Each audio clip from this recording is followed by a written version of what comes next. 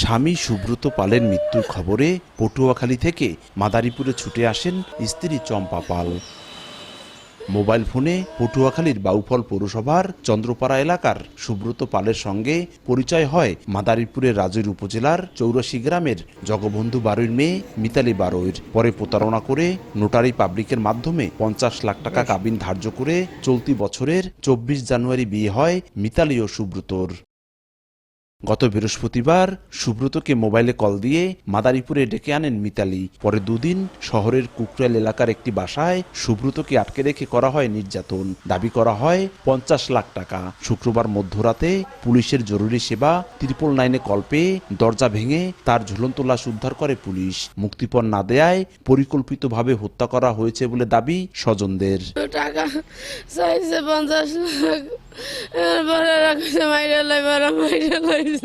তারে ষড়যন্ত্রমূলক করে এখানে আইনা তারপর তারে মারিয়া ফেলাইছে। এখানে মোবাইলের মাধ্যমে স্যার বললাম ৫০ লাখ টাকা দাও, নাহলে মারিয়ে ফেলাম।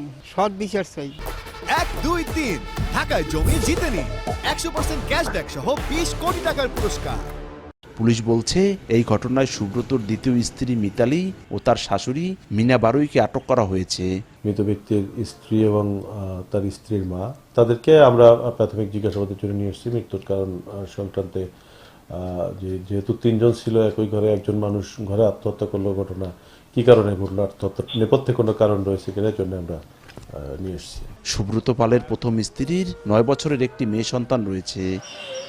সঞ্জয় কর্মকার, অভিজিৎ, সময় সংবাদ, মাদারীপুর।